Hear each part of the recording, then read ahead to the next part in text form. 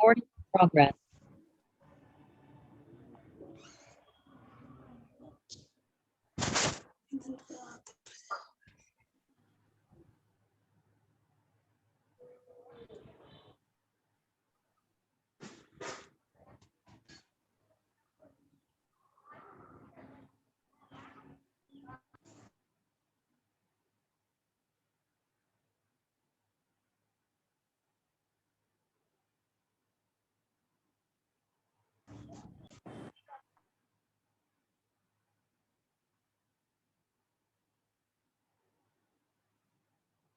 Screens share చేస్తున్నాను. Admit అయ్యే వాళ్ళు అడ్మిట్ అవుతూ ఉంటారు. కింద దాన్ని కంటిన్యూషన్ చెప్తున్నాను.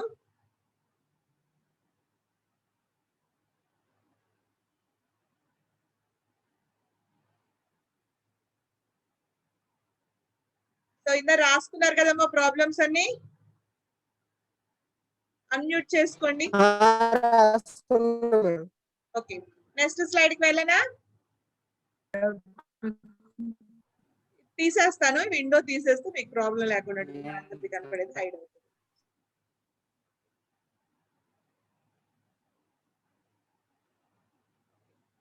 సో నెక్స్ట్ స్లైడ్ చూడండి. ఇందాక దానికి ఫార్ములాలో సబ్స్టిట్యూట్ చేసాం, వెలాసిటీ సబ్స్టిట్యూట్ చేసాం, అలాగే వేవ్ లెంత్ కూడా సబ్స్టిట్యూట్ చేసాం. సబ్స్టిట్యూట్ చేస్తే మనకి ఇది ఎంత వచ్చింది? L is equal to 0.155 meters వచ్చింది. అంటే ఆ వైబ్రేటింగ్ లెంత్ లేదా ఎంత ఉండాలి అంటే మనం తీసిన రాడ్ ఒక లెంత్ 0.155 meters ఉంటుంది అనమాట. సో తెలుగు మీడియం వాళ్ళు ఇందాక ప్రాబ్లం అక్కడ మర్చిపోయానని చెప్పి ఇక్కడ రాసుకోండి. ఒక అయస్కాంత విరూపణ దోళకం యొక్క పౌనపున్యం 20 kHz. సో కిలో హెర్ట్జ్ కాబట్టి 20 × 1000 వేసాం హెర్ట్జ్ లో రాస్తున్నప్పుడు. దీని నుండి ఉత్పత్తి అయ్యే ధ్వని తరంగాల వేగం, సో దాని యొక్క వేగం, so velocity 6.2 × 10³ meters per second. అయితే ఆ అయస్కాంత పదార్థపు కడ్డీ యొక్క పొడవు ఎంత? ఇది ప్రాబ్లం. నోట్ చేసుకోండి. నోట్ చేస్తాడు అయినప్పుడే చెప్పండి అమ్మ నాకు. మేడం ఇది థర్డ్ క్వశ్చన్ మేడం. ఇది ఇందాక ప్రాబ్లం నేను ఒకటి ఇంగ్లీష్ మీడియమే చెప్పాను రా, అక్కడ ప్రాబ్లం రాయటం మర్చిపోయా. ఆ ప్రాబ్లం కిందకి రాసాను. చెప్పానా నేను ప్రాబ్లం? అది పైన ఈ ప్రాబ్లం ని అక్కడ రాసుకోండి, పైన రాసుకోండి. ఈ ప్రాబ్లం ని పైన రాసుకోండి. ఇందాక క్యాలిక్యులేషన్ మళ్ళీ వెనక్కి ఈ ప్రాబ్లం రాసుకుని ఒక వెనక్కి స్లైడ్కి వెళ్తాను చూడండి ఒకసారి. ఇది ఇక్కడ అయితే ఇంగ్లీష్ మీడియం వాళ్ళకి ఒకటే ప్రాబ్లం చెప్పాను, తెలుగు మీడియం చెప్పలేదు కదా. ఆ తెలుగు మీడియం వాళ్ళు సొల్యూషన్ రాసుకోండి, 2 లైన్లు వదులుకోండి అని చెప్పాను కదా ఇందాక. అవును మేడం. ఆ 2 లైన్లు ఇక్కడ రాసుకోండి. సరే.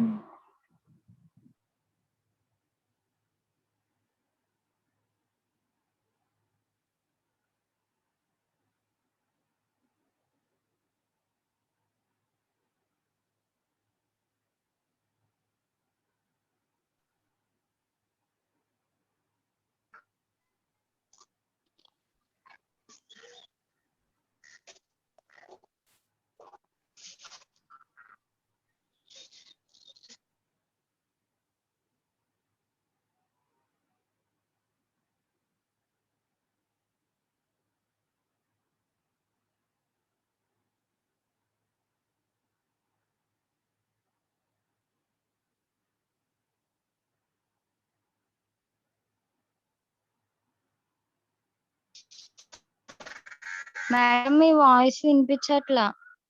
నా వాయిస్ వినపడతలేదా? ఎవరు ఎవరికి వినపడట్లేదురా? వినిపిస్తుంది మేడం. ఇప్పుడు వినిపిస్తుందా? వినిపిస్తుంది మేడం. ఓకే, యాక్చువల్గా అది మీ సెల్ ఫోన్ ప్రాబ్లం అయింది. ఎందుకంటే నా వాయిస్ క్లారిటీగానే ఉంది. నేను సిస్టమ్ లో చెప్తున్నా కదా, మీదే నాకు కొంచెం సాగదీసినట్టు వస్తుంది. నెట్వర్క్ ప్రాబ్లం, మీకు ప్రాబ్లం ఏంటిది నెట్వర్క్?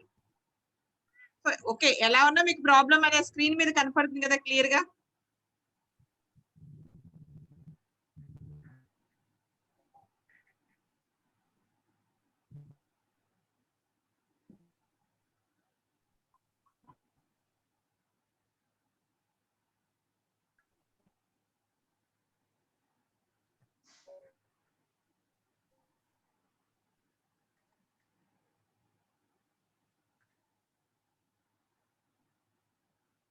నెక్స్ట్ ప్రాబ్లం కి వెళ్దాం అమ్మా. Okay madam. 1 minute madam. Okay, no problem. Continue చేయండి మేడం. ఒక 1 minute అన్నారు ఎవరు, అందుకని వెయిట్ చేస్తాను. కంటిన్యూ చేయండి మేడం. ఓకే, ఒక నిమిషం, ఎవరు వెయిట్ చేస్తున్నారు, వాళ్ళు అడ్మిట్ చేసేస్తారు.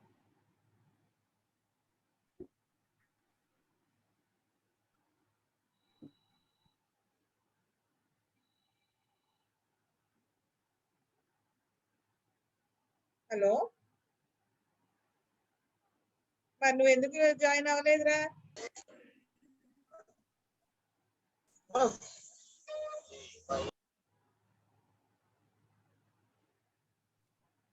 ఈరోజు ఇప్పుడే కంగారు పడకు. ఇప్పుడు నీ నెంబర్ నువ్వు పద్దాక నేను అడ్మిట్ పెడితే నువ్వు ఎందుకు తీసేస్తున్నావు దాంట్లో నుండి? డిలీట్ ఎందుకు వెళ్ళదు? సరే ఓకే, ఈ నెంబర్ యాడ్ చేస్తాను. రేపు నేను టైం పెడతాను. యాడ్ చేసిన తర్వాత రేపటి నుండి కనెక్ట్ అవ్వరు. ప్రాబ్లమ్స్ చెప్తూ ఉంటాను రోజుకో చాప్టర్ లో ప్రాబ్లమ్స్. ఓకే,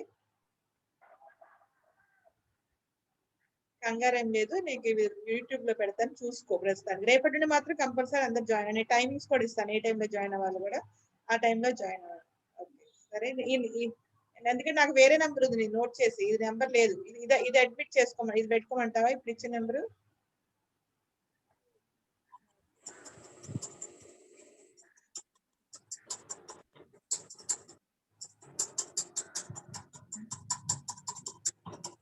మేడం ఎగ్జామ్స్ ఎప్పుడు ఉంటాయి మేడం? ఎగ్జామ్స్ సరా జూన్ ఎండింగ్, జూన్ 15th వరకు అయితే ఉండవురా. 15th నుండి ఎప్పుడైనా ఉండొచ్చు. Super madam. ఏంటమ్మా? సూపర్ అండి మేడం. వంశీ అంటున్నాడు మేడం సూపర్ అండి. దేనికి ఎగ్జామ్స్ ఉండవు అంటారు? ఎగ్జామ్స్ లేవుగా మేడం. అలానే కాదు మేడం, అంటే చదువుకుంటే టైం ఉంది కదా మేడం, దాని గురించి. అయ్యో బాబోయ్. ఇక చూడండి నెక్స్ట్ ప్రాబ్లం.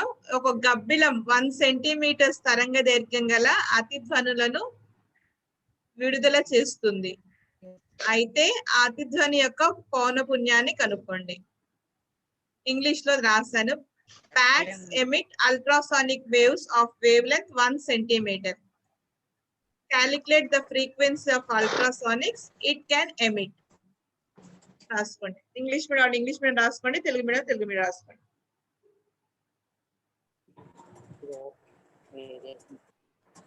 మీరు జూన్ 15th వరకు ఉండవని కంగారు పడకండి. జూన్ 15 తర్వాత ఎప్పుడైనా ఉండొచ్చు, విత్ ఇన్ 1. అర్థమైందా? కాకపోతే మన maximum time June 15. Only first sem madam. ఏంటమ్మా? Only first sem. Only first sem madam. Only first sem. సరే మేడం, మరి ప్రాక్టికల్స్ ఏమైంది మేడం? ప్రాక్టికల్స్ ఉంటాయి. ప్రాక్టికల్స్ మీరేం కంగారు పడద్దు. ఒక 2 days లో ప్రాక్టికల్స్ చేంజ్ చేసి మనం ప్రాబ్లం ఏమి ఉండదు. ప్రాక్టికల్స్ గురించి ఆలోచించకండి. పెండింగ్ ఉన్న ప్రాక్టికల్స్ 2 days లో చేయించేద్దాం. దాని గురించి మీరు థియరీ ఇది బాగా చదవండి, సరేనా? మెయిన్ ఇప్పుడు నేను పిలిపిద్దాం అనుకున్న ప్రాక్టికల్స్ కి బాగాలేదు పరిస్థితి. ఎందుకంటే మీడియం అల్ట్రాసానిక్స్ నోట్స్ మేడం. అవునమ్మా, యాక్చువల్ గా నాకు ఒక వేలు కొంచెం వాచింది. అది పెన్ పట్టుకోవడానికి ఇబ్బంది అయి నేను రాయలేకపోతున్నా. కంగారు ఇస్తాను, సరేనా? లేకపోతే లాస్ట్ వీకే రాసేదాన్ని. కొంచెం ఏంటమ్మా ప్రాబ్లం లేదు మేడం. హెల్త్ జాగ్రత్త మేడం. అని మీకు హెల్త్ జాగ్రత్త మేడం. తర్వాత చెప్పి కంగారు లేదు మేడం. కూర్చుంటే ఒక రోజులో రాసేస్తాను రా. కాకపోతే చెప్తున్నా కదా, నాకే కొంచెం ఇగో నిన్న మొన్న మీటింగ్స్ ఇవయ్యి ప్రాబ్లం అయింది. అందుకే నేను ఇప్పుడే కూర్చొని ఇవన్నీ రాస్తాను ముందు. సరే చేసి ప్రాబ్లమ్స్ చెప్తాము, మీరు ఇంతవరకు చేయలేదు కదా అని. బ్యాక్ నుండి ఒక్కొక్క చాప్టర్ ఒక్కొక్క లెసన్ కి ఒక్క రోజు చెప్పేస్తానమ్మా. Okay madam. నెక్స్ట్ ప్రాబ్లంకి వెళ్ళమ్మా. రాసుకున్నారా? సో గబ్బిలం ఒక తరంగ దైర్ఘ్యం లాంబ్డా ఇచ్చాడు, 1 centimeter ఇచ్చాడు. 1 centimeter ఇస్తే కాబట్టి మనం ఎప్పుడు కూడా ఒకే యూనిట్స్ లో రాసుకోవాలి. అది మీటర్స్ లో రాసుకున్నాం కాబట్టి 1 centimeter 1/100 meters కాబట్టి 10⁻² meters. అడిగింది ఏంటి? పౌనపున్యమే కదా మనకి, అంటే ఫ్రీక్వెన్సీ కాబట్టి n అనేది. వెలాసిటీ ఆఫ్ ద సౌండ్ మనకి ఒట్టే తప్ప ఇవ్వలేదు. కానీ ఈ సౌండ్ ఎక్కడ ట్రావెల్ అవుతుంది మనకి? ఎక్కడ ట్రావెల్ అవుతుంది మనకు ఒక క్రిస్టల్ అనేది చెప్పలేదు, లేకపోతే ఒక స్ట్రింగ్ అని చెప్పలేదు. ఏం చెప్పాడు? జస్ట్ ఒక అల్ట్రాసానిక్ వేవ్స్ అనేది బయటకు వస్తుంది. కాబట్టి అది ట్రావెల్ అయ్యే సౌండ్ ఎక్కడ ఉంటుంది? మనకి ఎయిర్ లోనే. కాబట్టి ఈ ఎయిర్ కి సంబంధించిన వెలాసిటీ వేసుకుంటాం. కాబట్టి ఆ velocity v is equal to ఎంత అయింది మనకి 3 అని తెలిసింది. ఎయిర్ లో జనరల్ గా దాని యొక్క వెలాసిటీ 330 లేదా 331 మీటర్స్ పర్ సెకండ్ అని రాసుకుంటాం. సో ఇక్కడ మనం 330 మీటర్స్ పర్ సెకండ్ అని తీసుకున్నాం. వాడు ఇవ్వలేదు కాబట్టి, వాడు ఇస్తే అది తీసుకోవాలి. ఇవ్వలేదు కాబట్టి జనరల్ గా మనకి 330 metres per second velocity of sound in air, గాలిలో ధ్వని వేగం మనం 330 మీటర్స్ పర్ తీసుకుంటాం. సో సబ్స్టిట్యూట్ చేస్తే మనకి ఆల్రెడీ లాంబ్డా తెలుసు, v తెలుసు. దాంట్లో జస్ట్ సబ్స్టిట్యూట్ చేసి n క్యాలిక్యులేట్ చేయడమే. So v is equal to n lambda, n is equal to v by lambda.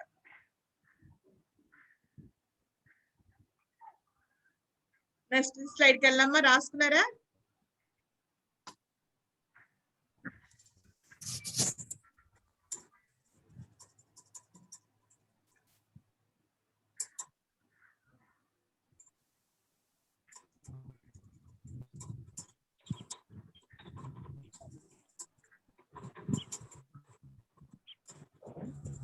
చిన్న calculation. So 330 by 10 power minus 2. ఇది పైకి వెళ్తే 10 power plus 2 అయింది. 33 into 10 to 10 cube. అంటే 10 cube అంటే కిలో కింద రాసుకున్నాం. 33 కిలో హెడ్జ్ అని రాసుకున్నాం.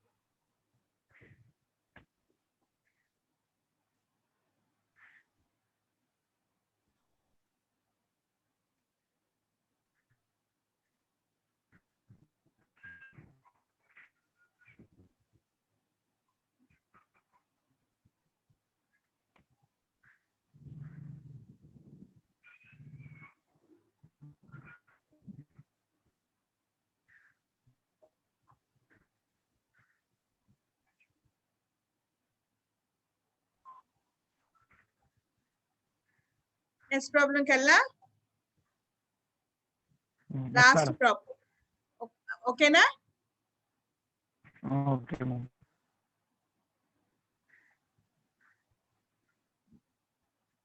లాస్ట్ ప్రాబ్లం సేమ్ ఇలాంటిదే, కాకపోతే మళ్ళీ మీరు కన్ఫ్యూజ్ అవ్వకుండా ఉంటారని చెప్పేసి. అంటే ఎలా, నా ఇంటెన్షన్ ఏంటంటే ఎలాంటి టైప్ ప్రాబ్లం ఇచ్చినా మీరు కంగారు పడకుండా రాయాలని ఉద్దేశం. సేమ్ అదే ఫార్ములా అలాగే ఉంది, కానీ జస్ట్ క్వశ్చన్ చూడండి ఎలా అడిగాడు.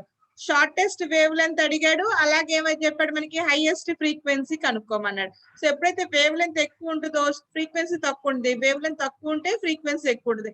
ఆ చిన్న మీరు గమనించాలంట, ఆ చిన్న దాని గురించి చిన్న అదే ఫార్ములాని. కాబట్టి ఇక్కడ మనకి హైయెస్ట్ ఫ్రీక్వెన్సీ అన్నాడు కాబట్టి మాక్సిమం గా వేసాను, n మాక్సిమం. ఎప్పుడైతే ఫ్రీక్వెన్సీ ఎక్కువ ఉంటుందో రిలేషన్ బట్టి వేవ్ లెంత్ తక్కువ ఉంటుంది కాబట్టి లాంబ్డా మినిమం అనేసాను. తెలుగులో చూడండి. Bats, okay English medium first చదువుతున్నాను.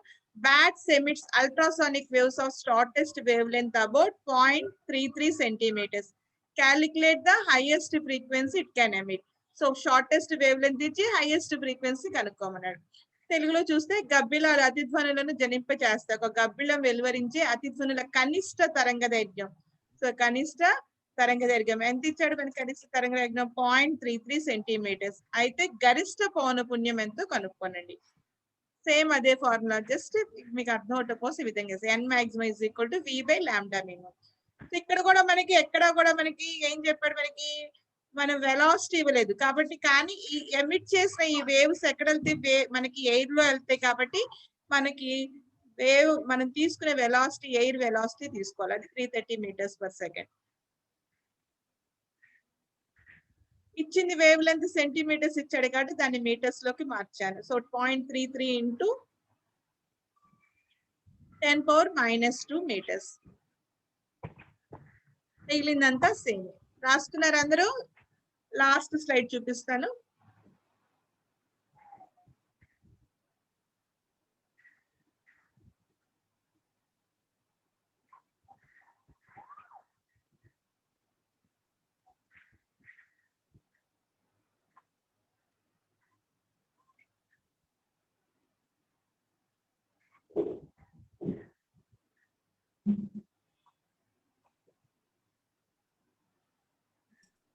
వెళ్దామా నెక్స్ట్ స్లైడ్ కి వెళ్దాం.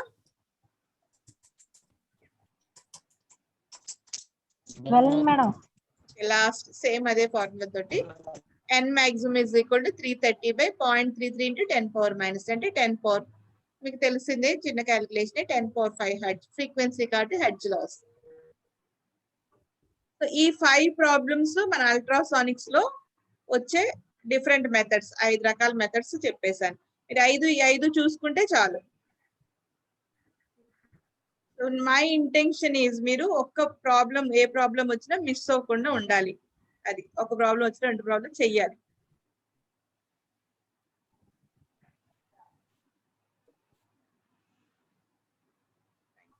అందరూ ఒకసారి మీరు వీడియో ఆన్ చేసేయండి.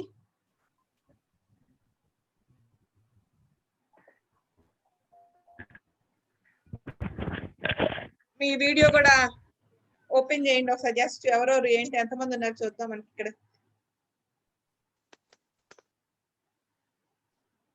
ఒకటి, 2, 3, 5 వచ్చింది. అవును మేడం.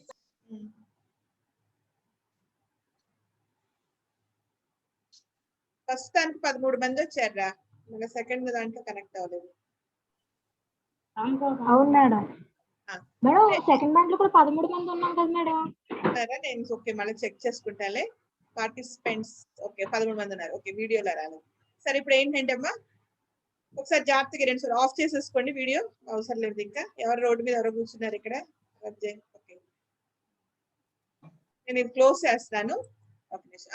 ఏంటంటే రేపు నేను టైమింగ్స్ చెప్తాను. టైం టేబుల్ ప్రకారం ఆ టైంలో అటెండ్ అవ్వాలి. పొద్దున మనకి 3 అవర్స్ రా. పొద్దున 8:30 నుండి 11:30, 8:30 నుండి 9:30 ఒకటి, 9:30 నుండి 10:30, 10:30 నుండి 11.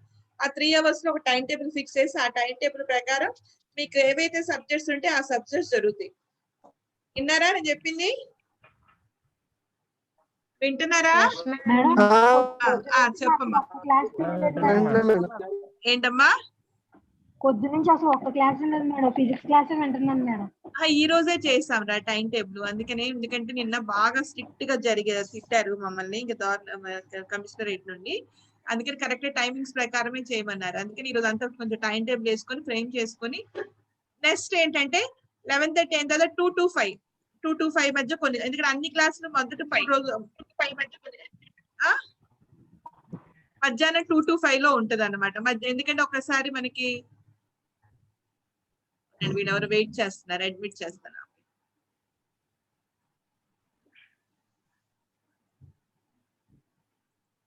అందుకని చెప్పేసి మధ్యాహ్నం జరుగుతుంది. రేపు ఈరోజు టైం టేబుల్ వేస్తాం. ఈరోజు వేసాం ఆల్రెడీ. 1 2 ఏదో క్లాస్ వచ్చిందంట, మరి సరి చేస్తే కెమిస్ట్రీ కంప్యూటర్స్ వేసి పంపిస్తాం. మీరు ఆ టైంలోనే ఉండాలమ్మా కంపల్సరీ. అందరూ అటెండ్ అవ్వాల్సిందే. మీరు కనుక అటెండ్ అవ్వకపోతే కనుక మీకు హాల్ టికెట్స్ ఇష్యూ చేయొద్దని ఖచ్చితంగా సీఎం దగ్గర నుండి వచ్చిన ఇన్స్ట్రక్షన్ ఇది.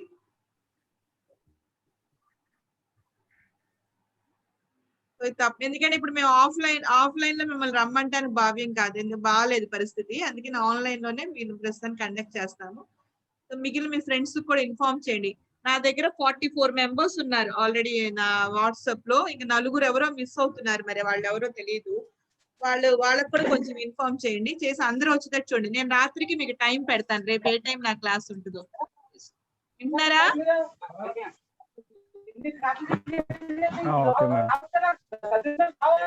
ఎవరిది పడలేదు.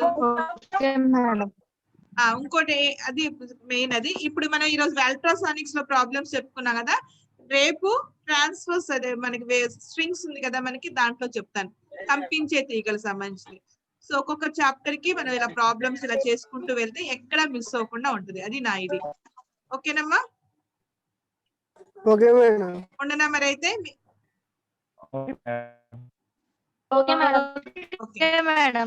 ఓకే అమ్మా. కొంచెం చదవండి రోజు ఒక క్వశ్చన్. నేను చెప్పలేదు అనకుండా చదువుతున్నాం మేడం. అదే మెయిన్ గా అది.